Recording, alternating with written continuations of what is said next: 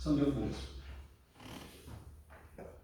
시편 126편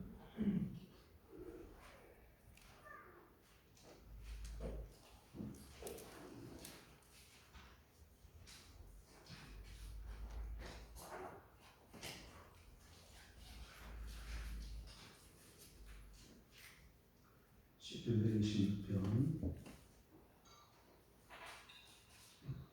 1절부터 6절까지 같이 보겠습니다. 구약성경 899쪽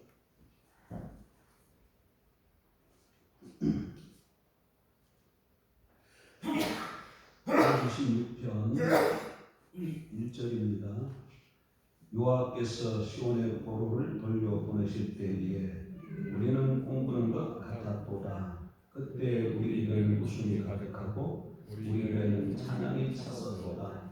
그때 문나라 가운데서 말하기를 여호와께서 그들을 위하여 큰 일을 행하셨다 하였도다. 여호와께서 우리를 위하여 큰 일을 행하셨으니 우리는 기쁘도다. 여호와여 우리의 포로를 민망시들 같이 돌려 보내소서. 눈물을 흘리며 씨를 뿌리는 자는 기쁨으로 거두리로다.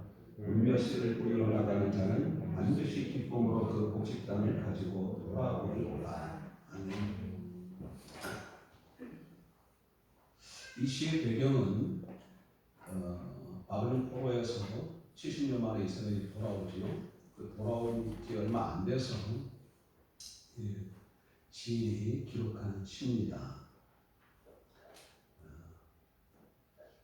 우리가 살아가다 보면 우리 인생에는 인생의 굴곡에 있는 것을 다 경험을 합니다. 현재 삶이 아무리 불행한 사람도 한두 가지 행복했던 그런 경험이 있고, 또 그런가 하면 행복에 겨우 어쩔 줄 몰라는 사람에게도 마음에서 이렇게 한두 가지는 다 있습니다.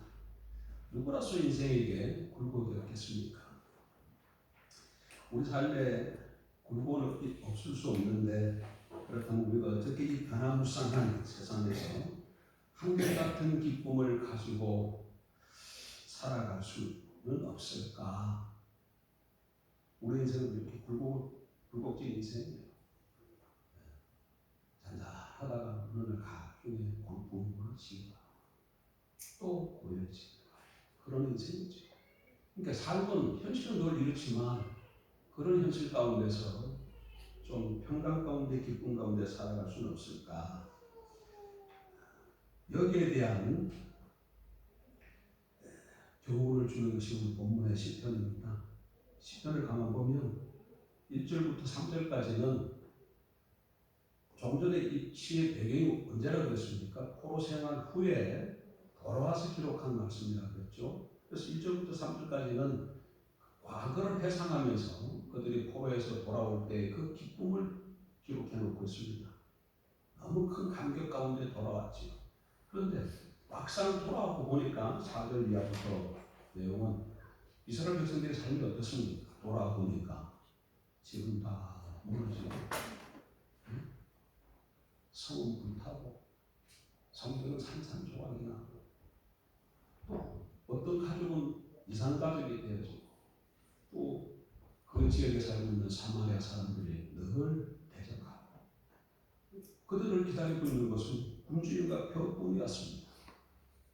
그러니까 1절부터 3절하고 4절 이하부터 5절 내용은 상황이 좀 다른 것이죠. 그런 가운데서도 이 시인은 그런 상황을 겪으면서 하나님과 이런 시를 쓴 것이죠.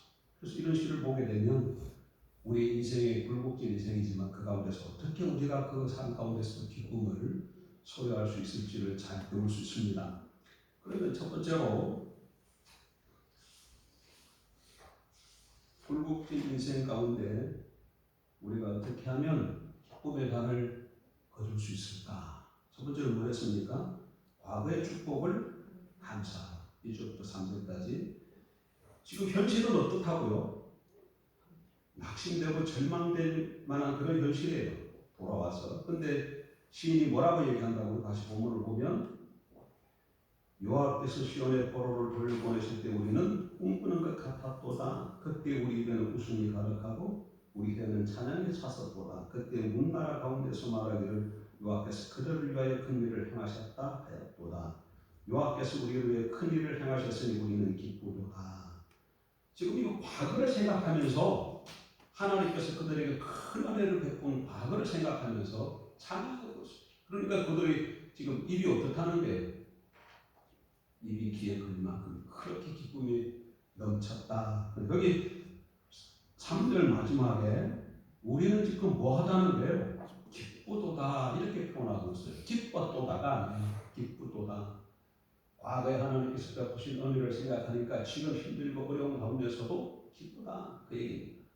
그래서 굴복진 인생 가운데서 우리가 기쁨의 단을 거두며 살아가는 거둘 수 있는 첫 번째 비결은 힘들고 어려울 때에 뭘 기억하라는 거예요?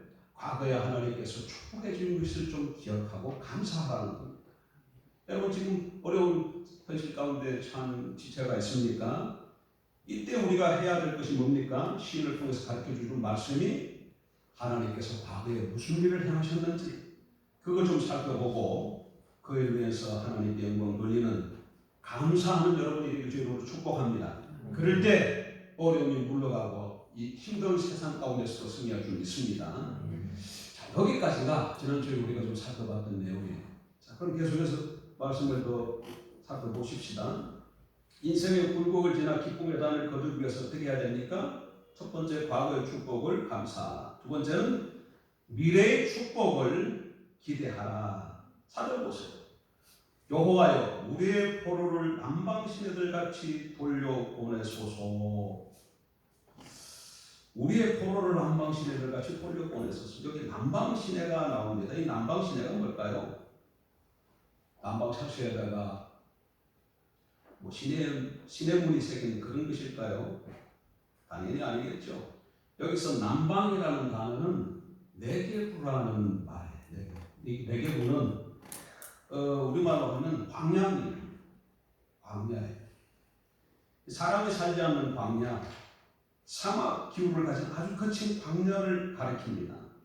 근데 이 남방의 시내, 네게부의 시내는 특징이 있는데 건기 때에는 나무도 없고 풀도 없고 바싹 말라 있어요. 그런데 우기가 되어서 비가 오기 시작하면 하룻밤 사이에 그 땅에 홍수가 나는 겁니다. 풀들이 다시 살아나고 하룻밤 사이에 시내가 강으로 변하는 겁니다. 이것이 남방시내의 특징입니다. 지금 시편 기자는 이것을 염두에 두고 하나님 앞에 기도하는 겁니다. 지금 그들의 현실이 어떻다고요? 낙심될 만한 현실이에요. 인생이 지금 골짜기를 지나고 있습니다. 실망해 있습니다. 그러나 이 시편 기자는 다른 모든 사람들과 같이 광야에 주저앉아 울고만 있지 않아요. 기대를 가지고 하나님 앞에 기도하고 있습니다. 여호와여 우리 포로를 우리의 운명을 남방신에 돌리시옵소서. 건기 때는 바싹 말라갑니다. 아무것도 없어요. 그렇지만 비가 한번 오면 어떻게 된다고요? 바로 물이 차고 마른 땅이 강이 되어지는 것처럼 그렇게 자기들의 인생을 지금은 맨 땅으로 풀 한 폭이 없는 그런 황량한 그런 자기들의 삶이지만 하나님께서 네게부의 남방에 비를 내리시면 마른 땅이 강으로 변화되는 것처럼 그들의 황량한 삶을 그렇게 풍성한 물이 흐르는 그런 삶으로 변화시켜달라고 지금 구하는 것이죠. 여러분 믿음이 뭔 줄 압니까? 믿음은 하나님께서 과거에 우리를 구원하셨을 뿐만 아니라 우리의 현재를 책임지시고 미래에 반드시 하나님의 백성인 우리를 축복하실 줄 믿는 겁니다. 예. 우리는 어떤 존재인가? 하나님의 백성들은 어떤 사람들인가? 갈수록 하나님의 더 큰 축복을 받을 존재인 것을 믿으십시오. 갈수록 더 큰 하나님의 축복을 받을 존재. 이걸 좀 말씀으로 붙잡으시기 바랍니다. 우리가 잘해서가 아닙니다, 여러분. 우리의 노력으로 된 것이 아니잖아. 이스라엘 백성들이 애굽에서 나올 때 어떻게 나옵니까? 그들이 무장 공기를 하고 투쟁을 해서 애굽에서 나왔습니까? 아니죠. 하나님의 은혜로 그냥 해방되어 나왔어요. 바벨론을 포로로 잡혀갔습니다. 70만의 70년 만에 다시금 돌아오는데 그때도 자기네들이 어떻게 무슨 힘과 노력으로 무슨 일을 해서 나왔습니까? 그게 아니잖아요. 그때도 하나님의 은혜로 이스라엘 백성들이 바벨론 포로에서 풀려났습니다. 낙심에 있는 백성들에게 시킵니다. 이렇게 설교합니다. 우리의 힘으로 한 것이 아니지 않습니까? 예? 우리의 힘으로 한 게 아니지 않습니까? 하나님을 기대하십시오. 좀 기다리십시오. 하나님께서 지금은 메마른 것 같고 가망이 없어 보이지만 그 메마른 땅바닥에 강을 반드시 만드실 것입니다. 주여 믿사오니 우리의 운명을 남방시대를 같이 돌려바꾸어 주옵소서. 그렇게 지금 얽고 있는 것이죠. 사랑하는 성도 여러분, 고난의 시기에 이 기도가 여러분과 여러분의 가정에 있기를 주의 이름으로 축복합니다. 예. 하나님, 우리의 자녀의 운명을 바꿔주실 줄을 믿습니다. 하나님, 내 남편의 사업을 바꿔주실 줄 믿습니다. 내 가정의 운명을, 내 삶의 운명을, 우리 교회의 운명을 남방시대같이 홍수가 나듯이 큰 축복의 영을 쏟아주실 줄 믿습니다. 기대하십시오. 하나님께서 왜 우리에게 어려움을 주실까요? 하나님의 백성들에게 우리와 이거 낙심시키기 위해서일까요? 아닙니다. 하나님을 앙망하고 그런 어려운 현실 속에서도 하나님을 기대하도록 하기 위해서 때로는 어려움의 골짜기를 주시는 줄 믿습니다. 그래서 어려울수록 우리가 해야 할 일이 하나님 앞에 기도하는 것이죠. 그때가 하나님을 기대하고 바랄 때입니다. 이 시편의 이 126편 시편의 기자처럼 과거에 하나님이 베푸신 은혜를 기억하고 감사드리면서 미래에 하나님께서 행하실 일을 기대하면서 서게 될 때 우리의 이 굴곡된 인생 가운데 기쁨의 샘이 넘치게 될 줄 믿습니다. 마지막으로 하나님께서 가르쳐 주신 방법이 뭡니까? 굴곡된 인생 가운데 기쁨을 거두는 세 번째 방법, 세 번째, 현재의 축복을 투자하라. 첫 번째는 뭐였습니까? 과거의 축복을 감사하라. 두 번째는 미래의 축복을 기대하라. 하나님께서 어떻게 일하실 것인가? 여러분, 이렇게 좀 하나님께서 내 삶 가운데 어떻게 일하실 것인가? 이런 걸 좀 기대하면서 살아가시나요? 하나님 살아계시고 우리 삶 가운데 늘 우리가 동행하시고 함께 하시는 것을 믿으시지요. 하나님의 백성들의 삶 가운데 우연히 일어나는 일은 아무것도 없습니다, 여러분. 우리는 다 하나님의 축복 가운데 하나님의 섭리로 우리의 삶을 살아가는 겁니다. 하나님의 이 손에서 벗어나 있는 현실은 아무것도 없어요. 그래서 현재 낭망적인 그런 현실 속에서도 하나님을 바라볼 때 희망이 생기는 것이죠. 어쨌든 세 번째는 현재의 축복을 투자하라. 오늘 6절입니다. 눈물을 흘리며 씨를 뿌리는 자는 기쁨으로 거두리로다. 울며 씨를 뿌리러 나가는 자는 반드시 기쁨으로 그 곡식 땅을 가지고 돌아오리로다. 어떻게 인생의 굴곡을 지날까요? 현재의 축복을 누리기보다 현재의 축복을 투자하라고 말씀합니다. 여러분, 이들이 포로 귀환을 하고 나서 어떤 일들이 일어났을까요? 포로에서 돌아왔을 때 어떤 일들이 있었겠습니까? 고레스 왕이 쫓아보는 것이 아니고 축복을 하면서 그들을 돌려보냈지 않았습니까? 그리고 그냥 보냈겠습니까? 본문에 나와 있지는 않지만 이런 본문 배경을 좀 생각해 볼 때 우리가 유추해 볼 수 있는 것이 있죠. 아마 그들이 바벨론에서 돌아올 때 이게 곡식 한 자루씩은 들고 돌아왔을 거예요. 곡식 한 자루씩. 곡식 먹을 만한 식량을 줘서 돌려보냈을 때에 그걸 아버지는 좀 많아지고 자인들은 좀 적게 지고 이래서 돌아왔을 것이라고 생각되었습니다. 근데 고향에 도착했습니다. 근데 어떤 집에서는 이제 우리에게 이렇게 먹을 곡식이 있으니까 이걸 쌀 가지고 밥도 좀 해먹고 떡도 좀 해먹자 해서 그걸 다 식량으로 먹는 가정이 있는가 하면 또 어떤 집은 어떻게 했을까요? 그걸 다 먹어버리면 씨가 없잖아요. 지금 먹을 땐 좋지만 그거 먹고 나면 다음에 굶어야 돼요. 그러니까 지금 조금 먹고 조금 배고프다고 덜 먹고 씨를 남겨놓다가 가을에 가서 파종해야 되는 것이죠. 그런 말씀이에요. 그런 말씀이에요. 지혜 있는 아버지는 지금 자녀들이 배고프다고 밥 달라고 떡 달라고 할 때 그걸 다 먹어버리지 않습니다. 왜냐하면 울며 씨를 뿌려야 다음에 더 배불리 먹을 수 있기에 더 많은 것을 축사할 수 있기 때문에 그렇습니다. 무슨 말씀입니까 여러분? 하나님께서 지금 현재 주신 것을 가지고 오늘 만족하기 위해서 그냥 다 먹어버리지 않고 어떻게 하라는 거예요? 미래를 위해서 그걸 좀 남겨두고 그 미래를 위해서 좀 투자하라 그 얘기입니다.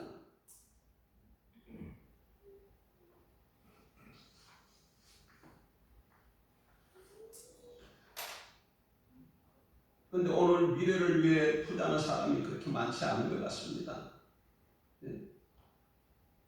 오늘 이 시대는 미래를 위해서 투자하는 것이 부족한 시대가 아닌가 그렇게 생각이 되어져요. 그냥 오늘을 즐기자, 이 순간을 즐기자 이런 태도로 살아가는 사람들이 많은 것 같습니다.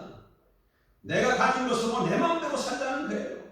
그러나 여러분 우리 그리스도인은 어떤 사람들입니까? 세상을 위해서 부름받은 자들이 아니잖아요. 30평에 사느냐, 50평에 사느냐, 서울에 사느냐, 지방에 사느냐 이런 것들하고는 아무 상관없는 자들 아닙니까? 우리 그리스도인들이라는 것은 그건 이방 사람들이 관심을 두고 이방 사람들의 가치관이고 이방 사람들은 그렇게 살아가지요. 그런데 그리스도인 된 우리들도 주일날 예배당에 나와서 예배는 드리지만 세상에 나가 살아갈 때는 그들의 생각과 가치관과 똑같이 살아가고 있다는 것이죠. 이게 문제라는 얘기예요.